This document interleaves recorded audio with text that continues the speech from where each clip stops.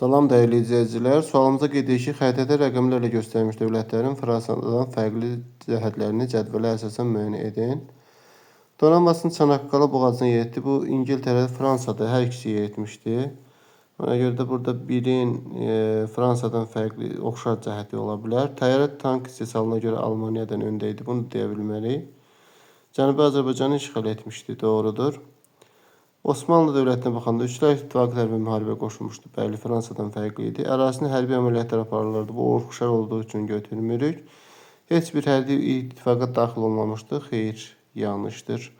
Deməli, burada üçlər İttifaqına daxil olmuşdu. Bu deməli bu yanlış olar. Alman qoşunlarının hücumuna məruz qaldı. 3. Rusiya. Alman qoşunlarının hücumuna məruz qaldı. Bu Fransanın ortaq cəhəti olduğu üçün bunu götürmədik. Cənubi Azərbaycanda Osmanlı qoşunlarına qalib gəldi. Doğrudur. Separat sülh bağlayır. Bəli, Brit-Litovsk müqaviləsini bağlayıb müharibədən çıxır. Deməli, bu da doğrudur. Deməli, orada 1-də C olur.